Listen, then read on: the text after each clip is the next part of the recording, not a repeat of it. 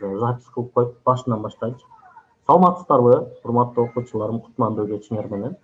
Бүгүнкү сабакка кош келипсиздер. Адам ийгиликке жетүү үчүн ар күнү кыймылда болуп турганы жакшы.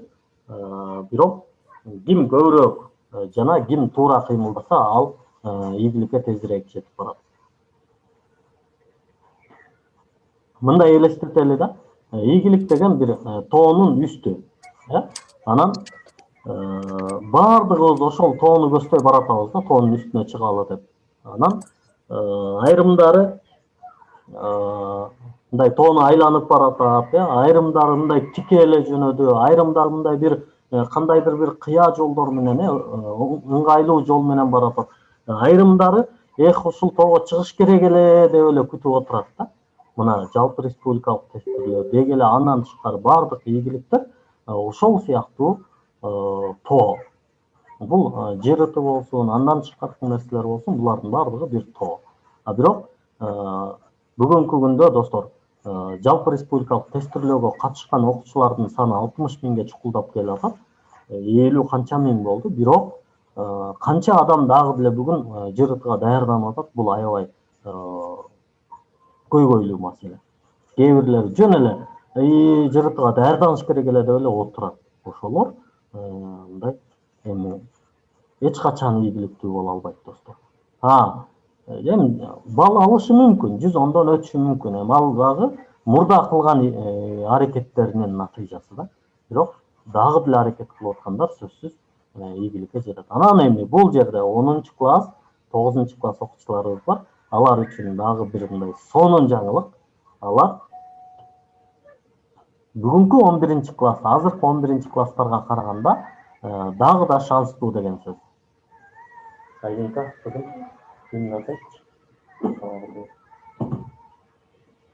демек, достор, менекен ийгиликке жетүү үчүн ар күнү кыймылда болгонубуз жакшы экен. Бүгүн окуу түшүнүү сабагыбызды айттык эле.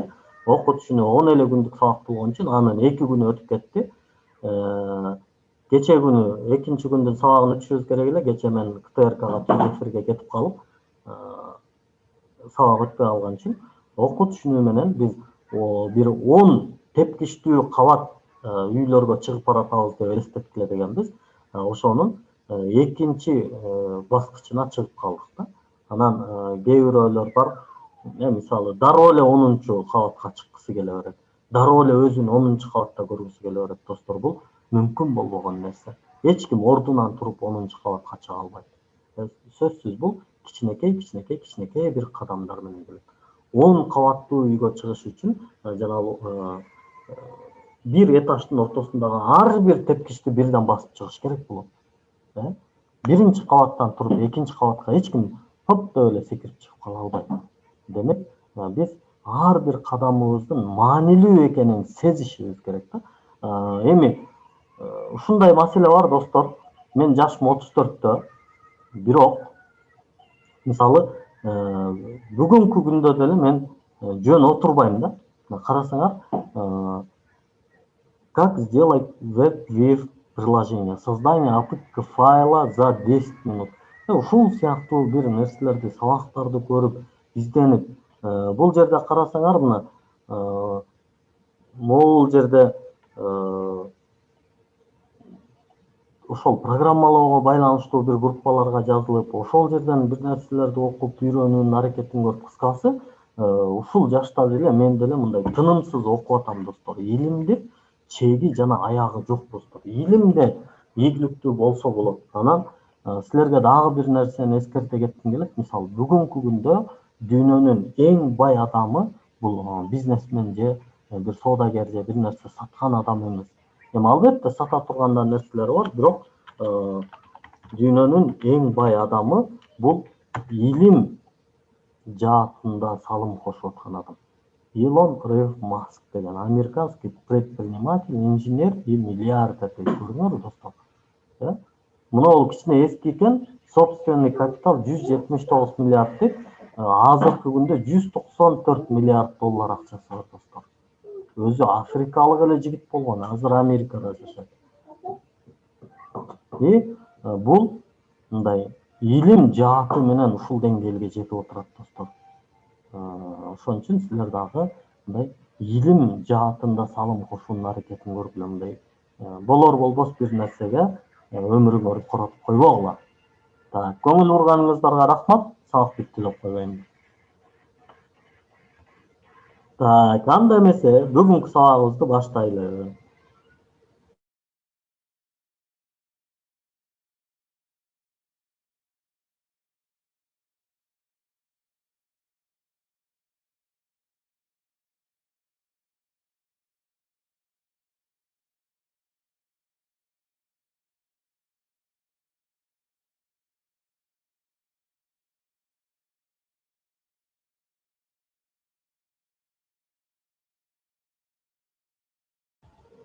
Угулуп атабы достор? Ооба, эми угулуп атат. Эми угулуп атабы. Так, анан урматтуу окуучулар, ассаламу алейкум. Алейкум ассалам. Ассаламу алейкум. Саламатсыздарбы? Саламатчылык. Чатты карап атам. Көпчүлүгү эле учурашууларды активдүү болгула сабактарда. Буга чейинки биздин курстарда окуп жүргөн окуучулар билет. Мен дайыма ушул методду колдоном. Дайыма муну айтам окуучуларыма, эскертем. Үйрөнүүнүн эки жолу бар достор. Биринчи жолу бул пассивдүү жол деп коет. Пассивдүү жолдо бул көбүнчө мектептерде сабактар ушундай өтүлөт. Анан менин деле сабагым азыр пассивдүүгө кирип кетет. Мугалим сүйлөй берет, окуучулар кол чаап угуп отурат. Сонун болуп сабак, сонун болду деп. Бирок достор, бул билим жукпайт. Миллион сонун сабак көрсөң деле бул билим жукпайт. Бул пассивдүү жолу. Жугат, үйрөнөсүң, бирок гарантиясы болбойт. Бат эле унутуп калышы мүмкүн. Бир күндө унутуш мүмкүн, 2 күндө унутуш мүмкүн. Оюртууга жетпей унутуп каласың. Бирок активдүү жолдо үйрөнүү бар достор. Активдүү жолдо үйрөнүүдө биринчиден жазыш керек. Экинчиден сүйлөш керек. Суроо бериш керек, жооп бериш керек, эмоцияны ачыш керек. Бир мисалы агай айтты, сен түшүндүң, деш керек. Сүйүнүп кетиш керек. Вот ошондо бул билим сага көбүнчө жакшы жугумдуу болот. Так, улантабыз. Бүгүн аналогиялык байланыштардын бир түрү сыпат түшүнүгүнүн байланышы менен уланта беребиз. Анан 9 класстын, 10 класстын окуучулары бар. Алар бул темалардын алдыңкысын, башташтарын түшүнбөй, мен 0дон баштап калдым дегендер үчүн алар мага өзүнчө жазып койгула. Агай, мен 10 класстын деп. Алар менен өзүнчө байланышып, мен баштапкы темалар боюнча жардамымды кылам. Сыпат түшүнүгүнүн байланышында, аналогиянын түрлөрүндө деги эле өзү сыпат деген эмне я? Ким айтат? Сыпат деген заттын кандайдыр бир даражасын, негизи кандай деген суроого жооп берет да. Мисалы, лимон сарык десек же алма даамдуу десек, мына ушундай. Сарык эмес, Нургыз, сары, сары. Ооба, сары. Сыпат деген ошол кандай деген суроого жооп берген заттын кандай экенин, ал акыбалын билдирген суроо экен, ал абалын. Ооба. Эми ушул эле сыпат достор грамматикада келген сыяктуу, аналогияда жана бул окуу түшүнүүдө дагы келет экен сыпат.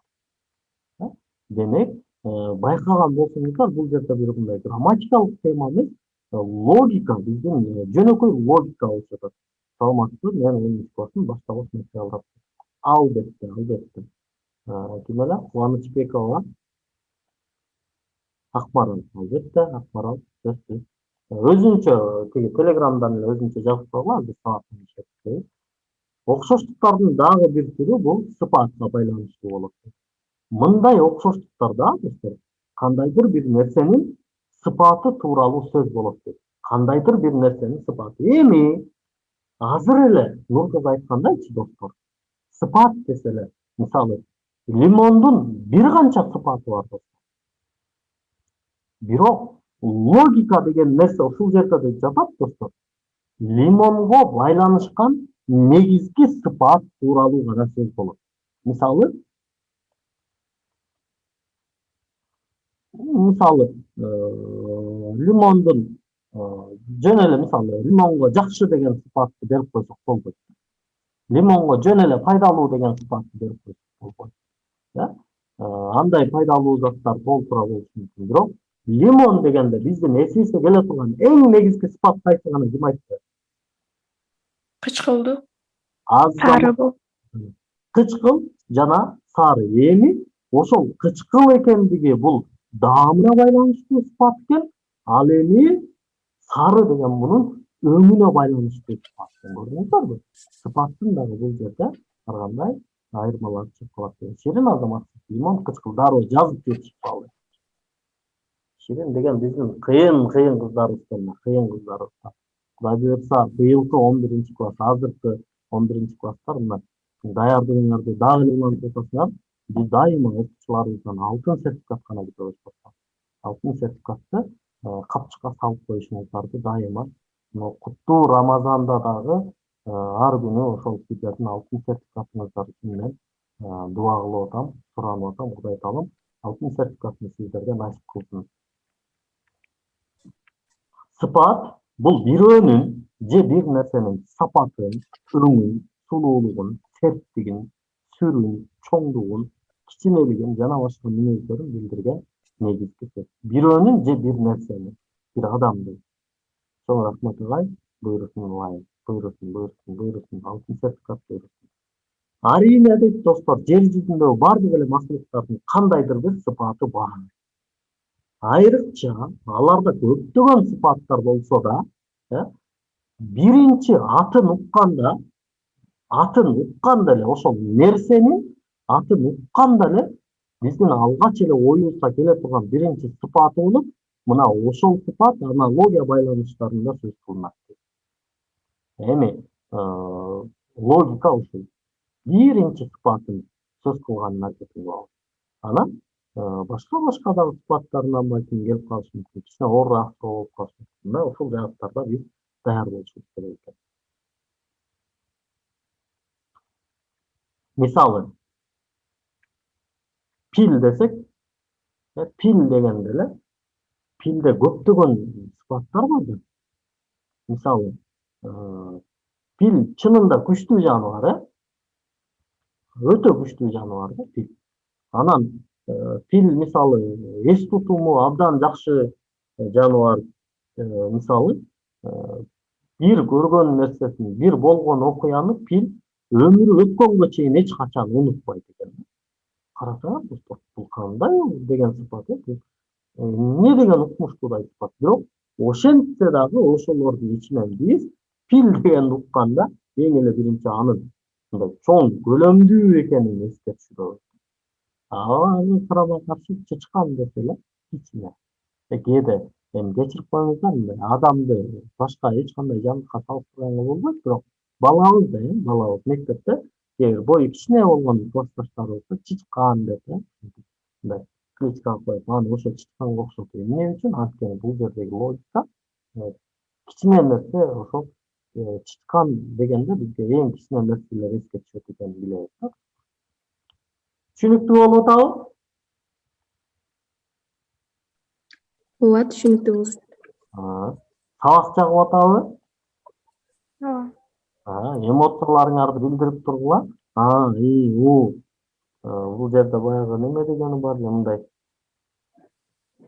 Мынтип лайк басып бир нерсе кылып ийген эмоциялары да бар эмес беле, мен таппай калдым. Эможилери. Так, биринчи анда түшүнүк. Бул түшүнүк деген нерсе, нерсе эле эмес, бул жерде ар кандай түшүнүктөр дагы бар да, ошон үчүн жалпы түшүнүк деп алабыз. Ал эми бул жагында болсо сыпат. Эми байланыштырып көрөбүз түшүнүктөр менен сыпаттарды. Так, мынау линияларды карап отурабыз. Кайсынысы түшүнүк, кайсынысы сыпат болуп калды. Мисалы, шекер дегенде эле достор, биз анын эмнесин түшүнөбүз? Даамын. Таттуу экен. Таттуу экенин. Шекер деген бул сөз таттуу болот. Айрыкча, мисалы, аябай мындай көзгө сүйкүмдүү сонун кичинекей балдарды деле шекер деп эркелетип жатса, шекер деп бети башын кырмалап. Демек, мындай бир таттуу нерсени көргөндө биз ошол шекерди эстейт экенбиз. Же болбосо шекерди биз таттуу деп билет экенбиз. Болот.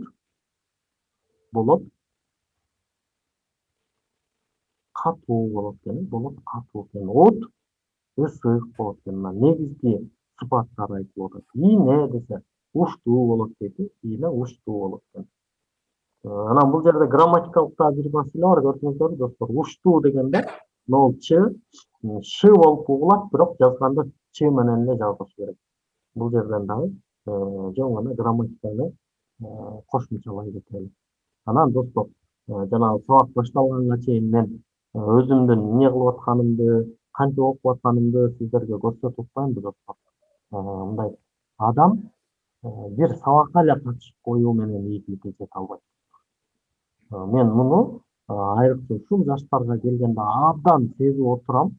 Бир сабакка эле катышып коюу менен адам ийгиликке жете албайт. Сөзсүз өз алдынча көбүрөөк практика кылыш керек. Анан достор, практикада пайда болгон суроолорду группада биз менен бөлүшкүлө. Биз жардамдашабыз. Бири-бирибизге жардамдашабыз. Негизи мен дароо жардам кыла албайм. Буга да көнүшөбүз. Мен мурунку окуучуларым билет. Суроо берсе кайра мен өзүнө суроо берип коем. Муну кантип таптың? Муну каяктан алып келдиң? Бул эмнеге мындай болуп калды депчи. Анткени мындай сиздердин ойлонуу деңгээлиңиздерди өстүргүм келет да. Мен сиздердин мындай ойлонуу деңгээлиңиздерди өстүргүм келет. Жөн эле мынтип эле даяр жоопту берип коюп кете бергим келбейт да. Ушул нерсени үйрөнүшүбүз керек достор. Мисалы да, сиз мисалы шекердин таттуу экенин билбейт элеңиз. Эми билбеген адам жок, бирок билбейт элеңиз, шекер кандай болот десем, сиз ачуу деп койдуңуз. Мен айттым да, жок ай, таттуу болот десем, таттуу деп койдуңуз, бирок дагы деле өзүңүз билбейсиз шекердин таттуу экенин. Жөн эле Турат агай айтты, таттуу экен деп ойлоп кетип калды. Мына ушул аябай чоң катачылык достор. Жерде биз шекердин таттуу экенин чындап өзүбүз билишибиз керек. Муну абдан көп мындай салыштырып айтам да. Мен ушул жерде отурам, менден бирөө келип сурады. Бишкек бул жактабы же бул жактабы деп. Мен бул жакта деп койдум. Тиги сураган адам айтат, ой жок, Бишкек бул жакта десе, мен бул жакта экен деп ошол ойдон калып калам. Билем мен Бишкек бул жакта деп. Бирок чынында мен өзүм билбейм Бишкектин каякта экенин. Биз, урматтуу достор, ушул мектепте окуганда ушул катачылыкка көп түшөбүз. Мугалим эле туура жоопту айтып койсо, ушундай экен деп ойлоп жүрө беребиз. Өзүбүз издештирбейбиз. Бишкектин каякта экенин барып, көрүп, кандай жол менен барат экен, каяктан каяка бурулат экен, Бишкекке чейин эмнелер бар экен, канча километр экен, жолу кандай экен, мунун баарын билбейбиз да. Бирок бул жакта болсо керек деп бирөө айтып койгон үчүн ошол жакты көрсөтүп жүрө беребиз. Билем деп. Ошол нерседен алыс болуңуздар. Шекер таттуу экенин өз көзүңүз менен көрүңүз. Болот катуу, болот кандай катуу экенин, канчалык катуу экенин, анын химиялык, физикалык составтарынын баарын бир караштырып көрүңүз. От ысыкпы? Кандай ысык? Колуңуз бир изет болсо да күйгөнбү же отко колуңузду кактап көргөнсүзбү? Мына ошону билиш керек. Эми окуу дагы ушундай нерсе болот. 2-ге 2-ни кошкондо 4-тү, өзүңүз кошуп 4 кылып көрүңүз. Жок дегенде колуңузга 4 карандашты алып, 2 карандаш, 2 карандаш. Чын эле 4 болот экен ай депчи. Бирөө айтып койсо эле 2-ге 2-ни кошсо 4. 4 болсо керек да, агай айтып атпайбы деп жүрө бербегиле. Бул жөнөкөй мисалдар достор, бирок бул өтө маанилүү мисал. Түшүнүктөрдүн негизги сыпаттары достор, мынакей. Сырткы көрүнүшү же жагымдуулугу боюнча сыпаттары болот. Мынакей шырдак, жагымдуулугу, сырткы көрүнүшү боюнча шырдак дегенде биз кооз бир эмне дейбиз, жана кыргыз кол өнөрчүлүгүн, кыргыз бир эмнесин, улуттук бир нерсени эстейбиз да, шырдак, кооз, жөн эле шырдак, кооз. Гүл, жыпар, жагымдуулук боюнча, гүл, жыпар, карышкыр көрүнүшү мындай. Тышкы негизги сыпаты мунун сырткы көрүнүшү, бул сүрдүү, карышкыр дегенде биз эң эле мындай сүрдүү нерсени элестетебиз. Аябай көп жанагы акылдуу сөздөр айтылып жазыла берет го Инстаграмда, мисалы Арстан Токойдун падышасы болсо дагы, Билбейм, мисалы карышкыр сүттө эч качан бийлеген эмес деген сыяктуу. Билбейм ушундайбыр сүрдүү карышкыр дегенде мындай чындап сөздү өзүнүн айтканын бербеген бир башкача бир жандыкты элестетебиз да. Коркунучтуу болгон көлөмү боюнча мисалы фил чоң, чычкан кичине көлөм боюнча сыпаттар болот экен. Туурабы Зарина? Туура деп койсоңуз. Саламатсызбы, мен жаңы эле кошулуп калдым. Азаматсыз. Бирок туура деп кое бериңиз. Кошулган жерден туура деп кете бериңиз. Пайдалуулугу боюнча достор, шоколад калория алуу болот экен. Көрдүңүздөрбү достор, бул жерде мисалы шоколад даамы боюнча мисалы таттуу деген да сыпаты бар. Бирок бул жерде пайдалуулугу дагы каралып кетет экен да, калориялуу дейт да, шоколад калориялуу, пайдалуу жагынан, түзүлүшү жагынан шоколад шекерлүү, ошол эле учурда таттуу, баалуулугу жагынан алтын кымбат, бриллиант баалуу дейт. Мөөнөтү жагынан мисалы калдыктар, бир нерсенин калдыктары сөзсүз бул эски. Таңкы гезит десе бул жаңы экенин билип атабыз. Карачы сыпаттары мындай. Булар достор адамды ойлонууга түртө турган логикалык маселелер да. Аябай бир жаман ушундай бир немелер бар. Логикалык суроолор десе эле жанагы интернеттен таап койсом бир алып койбосом бир көрсөткөнгө жанагы мынтип колуна гезит кармаган бир ботинкеси жок бир жанагы чукчабы билбейм ошол Сибирия жактарда жашаган адамдын эле бир немеси бар, сүрөтү. Ошону чыгарып элечи, ошону логикалык суроо деп кайра жибере беришет да. Ал жерде эч кандай логика жок. Ал жерде жөн гана кылдат. Жакшы карап койсоң туура жооп таап аласың. Анан көп дагы мындай логикага дагы көп туура келе бербейт. Мисалы адамдын өзүн 5 сом кылып эсептеп коюп анын бут кийимин 10 сом кылып эсептеп койгондой жагдайлар бар. Эч качан андай болбойт да, мындай чыныгы логикада адамдын баасы ботинкесинен арзан болбойт да эч убакта. Ошон үчүн булар негизги логика деп коет достор. Ушул жаатта өзүңүздөргө өнөктүрүшүңүздөр керек экен. Андан кийин мисал иштеп көрөлү. Мисал, сиздер мисалдардын жооптордун варианттарын бул жака немеге жазышыңыздар керек болот. Четке. Курут, туздуу. Бул куруттун кандай сыпаты? Дам. Дамы. Жок. Ой, шашпайбыз. Куруттун негизги сыпаты Түзүлүшү түзүлүшү. Түзүлүшү. Түзүлүшү. Курамындагы сыпатын айтып атат. Курамындагы сыпаты. Анда шоколад төстүү, тамын ачуу, гүл жыттуу, шоколад шекерлүү. Вариантты жазабыз, сүйлөбөйбүз, жазабыз. Ай азаматтар, эң сонун. Эң сонун азамат силер көрдүңөрбү? Эгерде силер муну даамы деп койгондочу достор, даамы. Курут туздуу, шоколад таттуу деген туура болуп калмак да. Же жок дегенде самын ачуу деген. Самын балким ачуу болушу мүмкүн да, чындап эле. Самынды эч ким жеп көргөн эмес, бирок эми жебегенден кийин ачуу болсо керек деп ойлойбуз да. Бирок баардыгыңар д деп атасыңар, азаматсыңар. Демек, бүгүнкү сабакты жакшы түшүндүңүздөр. Азаматсыңар.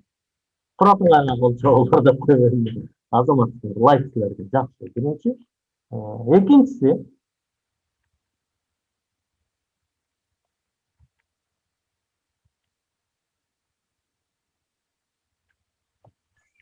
асы болот багай.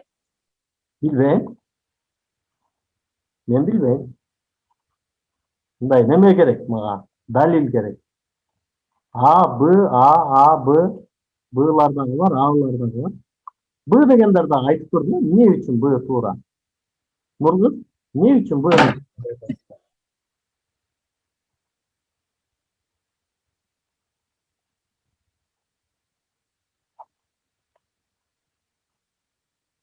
Нурсулуу дагы Б'сы деп атат. Ай азаматтар, Б'лар бар.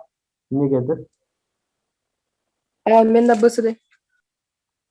Зарина эмне үчүн Ай, биз БС деп Бул ойлодук эми да. заттын абалы жөнүндө сөз болуп жатат окшойт. абалы болот, катуу абалда болот. Бирок мындай үлгү жүк менен туура деп эсептеген варианттагы жүктү дагы жакшылап салыштырып көрүшүбүз керек да. Мисалы, болот бул эмненин катуулугу жөнүндө сөз болуп атат.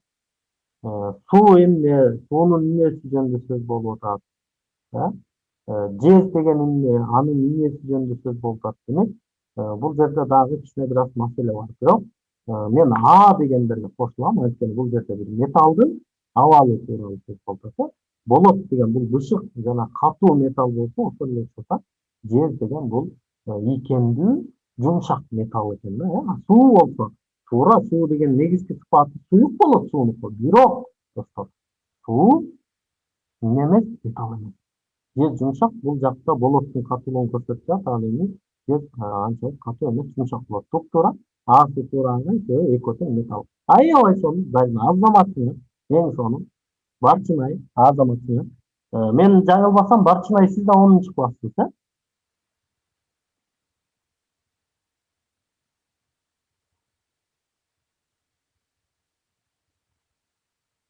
жооп бербей атат, чатка жазат окшойт. Барчынай дагы 10 класс болуш керек. Ооба, агай. Ооба. Демек, ийгилик каалайм, Барчынай. Кудай буюрса, кийинки жылы алтын сертификат ала турган биздин шанстуу окуучуларыбыздан дейли. Так, мисал иштейбиз. Жираф узун. Оппа. Жираф деген делечи. Мына узунду чыгарбай турсам деле болот эле да, силер өзүңөр айтасыңар. Жираф. Чын эле узунбу жираф? Ооба. Ананчы Ооба. мындай жашоодо мындай бир логика бар да. Баягындай бир нерсени айтсаң кечирээк кеткен адамдарды жирафсыңбы деп калышат. Ушул мындай логикалык жактан туурабы?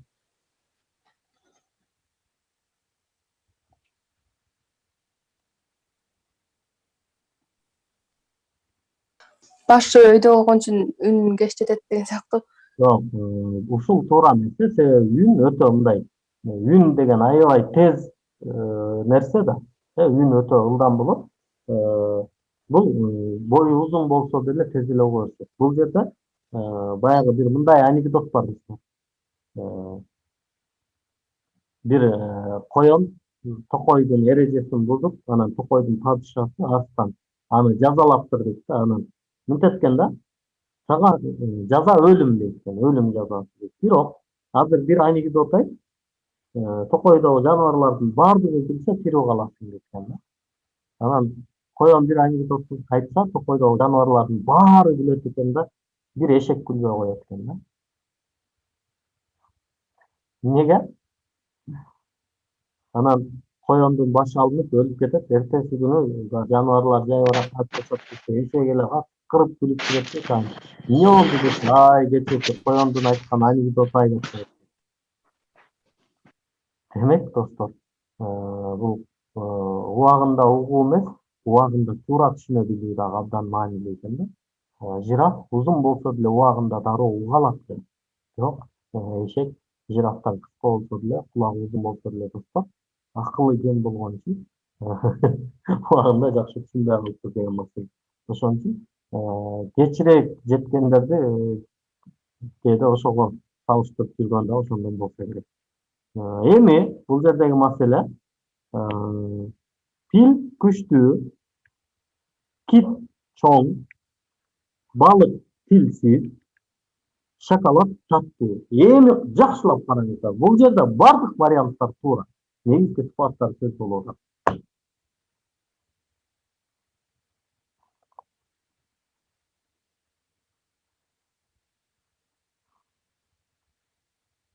Ооба. Кит чоң, көлөмүн көрсөтүп жатат. Жирафтын дагы көлөмүнө байланыштуу болуп атат. Анын боюнун узун экендиги. А негизи фил деле күчтүү, достор. Фил дагы күчтүү, бирок филдин күчү бул сырткы көрүнүшү эмес да, ал кандайдыр бир дагы бир кошумча бир сыпаты десек туура болгон болот. Дагы бир тапшырма, карышкыр сүрдүү.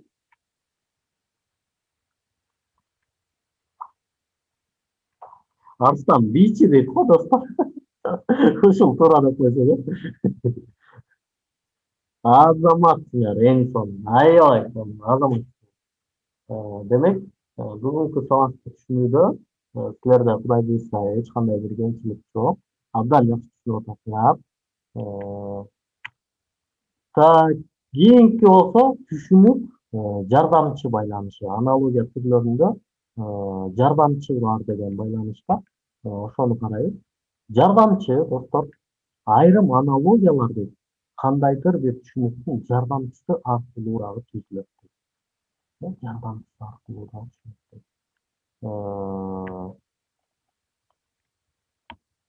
Жардамчы деген эмне? Ошого бир токтололу. Бул кандайдыр бир иштин жардамчы же көмөкчү болгон зат, шайман, курал же адам. Бир иштин аткарылуусуна жардамчы болгон же көмөкчү болгон. Бул жерде атайын ошол синонимдеринин баардыгы колдонулуп атат. Жардамчы, көмөкчү депчи. Жардамчыга муктаж деп. Бир ишти аткаруу үчүн шайман, курал, аспап, алет жана башка заттарга муктаж болгон адам же затты биз жардамчыга муктаж дейт экенбиз. Демек, ушулардын сөзсүз түрдө могу жогоруда айтылып аткан шайман, зат, курал же адамдар керек. Мындай жардамчы керек. Мисалы, сүрөтчү деген адам бул кист деген шайманга муктаж экен. Өзүнүн ошол жанагы негизги милдетин аткарыш үчүн. Уста балкага, жип ийнеге, касапчы бычакка дегендей. Жардамчы жана жардамчыга да муктаж болгондор.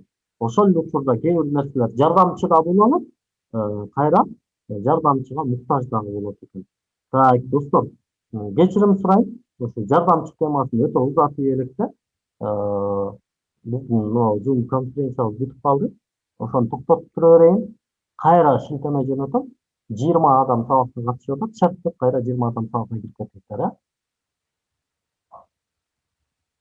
Макул агай. Кетишим керек. Быйылкы бүтүрүүчүлөр кайра университетке тапшыруу учурунда деле мына группалардан чыгып кетпей тургула мен университетке тапшырууда дагы түздөн түз жардам берем. Аябай көп түрдүү иштерде жардам берем. Бардык эле кызматтарыбыз акылуу эмес биздин. Акысыз эле жардамдарды кылып, көбүнчө медакадемияга тапшырган окуучуларыбызга түздөн түз барып ошол медакадемиянын алдында отуруп жардам бергенди жакшы көрөм. Ооба, байкем да сизди жакшы көрсө дейт. Зарина, сиздин байкеңиз ким эле? Менин окуучум Ал агай мурда нарында Арген деген. Болду.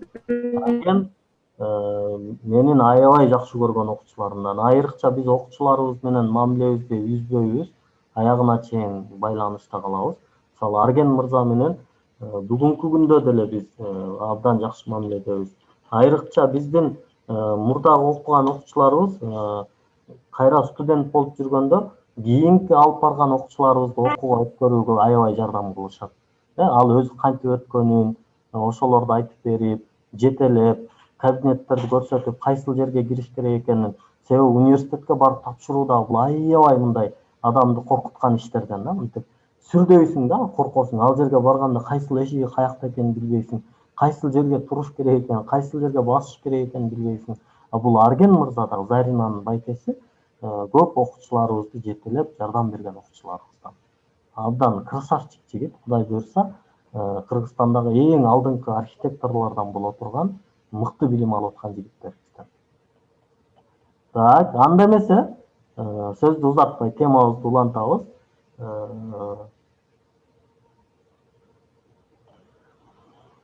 Так, темабызда жардамчы жана жардамчыга да муктаж болгондор дегенге келгенбиз. Төмөнкүлөр жардамга муктаж дагы, жардамчы дагы боло алат деп. Бул кайсылар?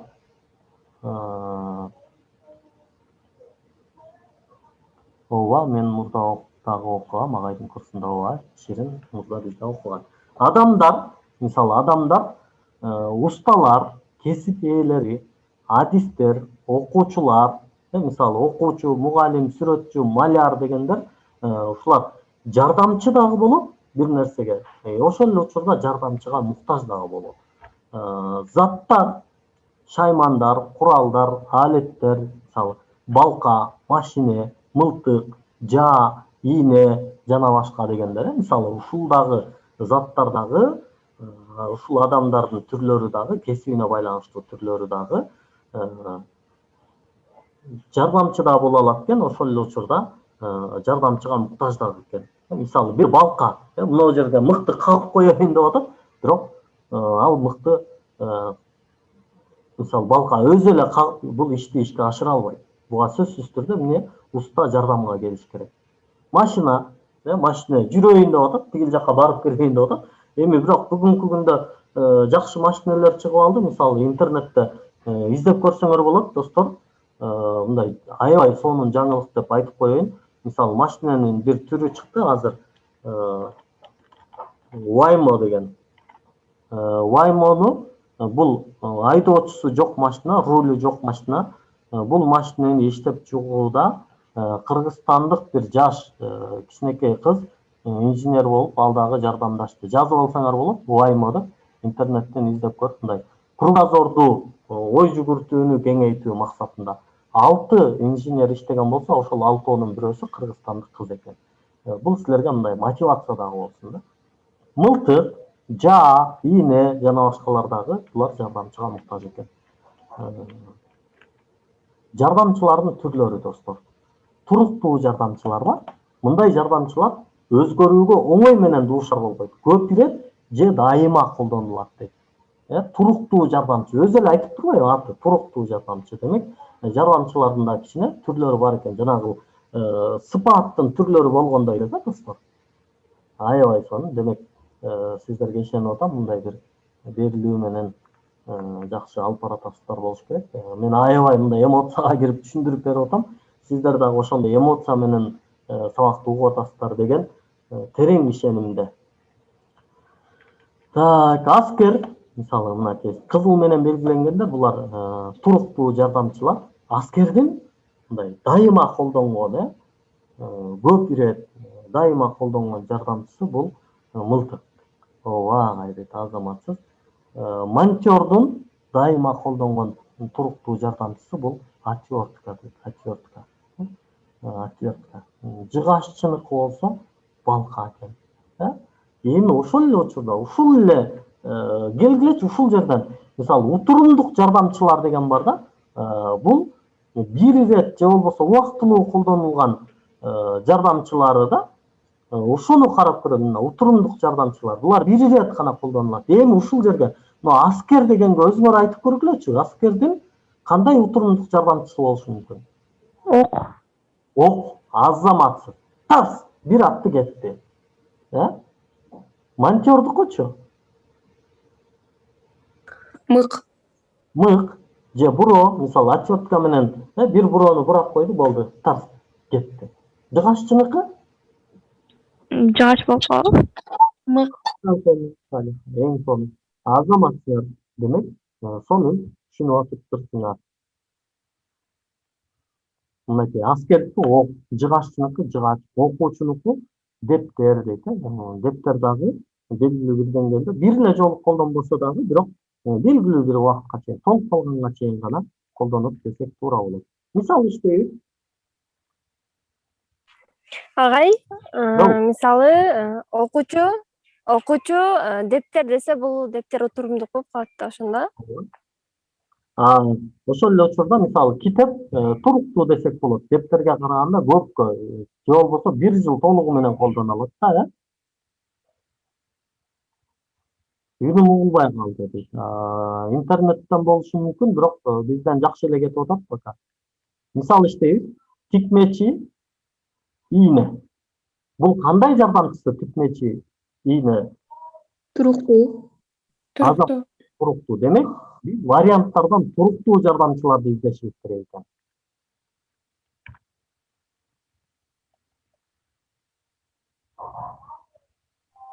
Касапчы кайрак.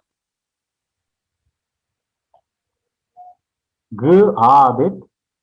Г бар, анан А бар. Саймачы, сайма дейт. V деген да чыгып кетти. Набайчы нан дейт. Нан жапонча эмес да набайчы. Набайчы иштеп чыккан нерсе. Мен Г дейт. Сиз Гсиз, Зарина. Так. А менен Гнын ортосунда талаш калып калды, достор. Мен кайсыга кошулайын? Ага кошуп коеюнбу? Г дегендер чырдагылачы гана. Барчынай, эмнеге Г деп атат? Кана Зарина чырдаң. Агай, ката деп. Мен Б деп Агай, атпаймынбы? бул жакта Г да. Ага. Г туура да. Эмнеге? Тикмечи ийне бул курал болуп атат да, ийнечи. Ооба. Кассапчыга кайрак бул дагы. Ооба. Саймачыга сайма бул бир аз үлгүчүпка туура келе Туура калып атат да. Ооба, достор, эми карасаңар могул жердечи саймачы сайма менен набайчы нан экөөнүкү бирдей эле да, бул иштеп чыккан нерсе. Жасап чыккан нерсе. Саймачы сайманы жасап чыкты, набайчы нанды жасап чыкты. Эмки вариантта мисалы саймачы сайма дегенди үргүчүпка коюп, набайчы нан дегенди туура жооп коюп болот. Кол жабуулар. Азаматсыңар, касапчы кайрак туура болот. Азаматсыңар, красавчик красавицасыңар. Дастан бар экен бул жерде биздин мурунку окуучуларыбыздан алдагы красавчик. Укурук жылкычы, билим окумуштуу, акча байлык, кайырмак балыкчы, жыгач, уста. Кайырмак балыкчы. Азаматсыңар. Бул бир аз оңоюраак болуп калды, В варианты. Кармоо үчүн, мисалы айрыкча жылкыны кармоо үчүн укурукту колдонсоң, балыкчы балыкты кармоо үчүн кайырмакты колдонот. Эң сонун. Көңүл бурганыңыздарга рахмат. Ийгилик каалайм, достор. Агай, мүмкүнбү? Укурук дегенди түшүндүрүп берип коесузбу? Укурук деген ошол жылкычынын шайманы, ошол жана мындай камчыга окшогон узун, башында мындай илмеги бар, мындай кайыштан жасалган илмеги бар шайман. Ошону көтөрүп жүрөт, анан жылкылар качканда мынтип ыргытып, ошону жылкынын мойнуна илип, анан жылкыларды кармайт. Рахмат. Көңүл бурганыңарга рахмат, урматтуу окуучулар. Эң башта бул менин эң көп айтып жүргөн, дайыма мотивация берген сөздөрүмдүн бири бул өзүңөрдү өнүктүргүлөр. Өзүн өнүктүргөн адам гана өлкөнүн өнүгүүсүнө салым кошот. Өзүндө бир нерсе болбогон адам башка бирөөгө бир нерсе бере албайт. Кошунаңды чакырдың, кел жүрү чай ич деп, чайнегиң бош болсо чайды бере албайсың. Чай бериш үчүн чайнекти толтуруш керек.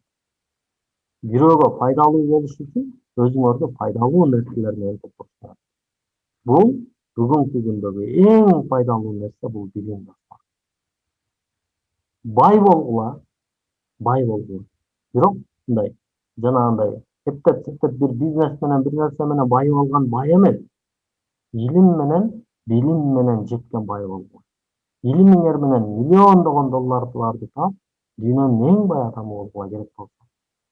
Бирок мисалы бирөөнү дайыма байлык менен ыраазы кыла албайсыңар. Мисалы туугандарыңарга дайыма эле акча бере берсеңер, берип аткан учурда, ушу Ныргыз сонун кыз, Зарина сонун кыз деп акча бербей калган күнү, Зарина жаман эле кыз дейт. Кызыңар достор, эмне кылыш керек?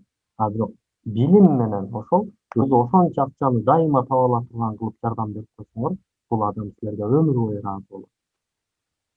Ошон үчүн мен силерге туруктуу жана бекем билимди каалайм, достор. Өзүңөрдү өнүктүргүлө, өлкөнүн өнүгүүсүнө салым кошкула. Силер өнүккөндө гана өлкө өнүгөт. Мен мындай саясатка эч качан жакын эмесмин, окуучуларымды саясатка багыттабайм. Президент болуп, депутат болуп бул өлкөнү өнүктүрө албайсың. Бирок илимпоз болуп бул өлкөнүн өнүгүүсүнө салымды кошо аласың. Саясаттан алыс илимпоз болуп. Макулбу достор, урматтуу окуучуларым. Менин окуучуларым абдан жакшы билет, менин окуучуларым эч качан иш издеген окуучу болбойт. Менин окуучуларымды иш өзү издейт. Ушундай күчтүү айтыс болгула, Америкадан келип силерди чакырып кетишти. Рахмат, Розумарга Рахмат, сиздин арызыңызга кабыл. Саң ата.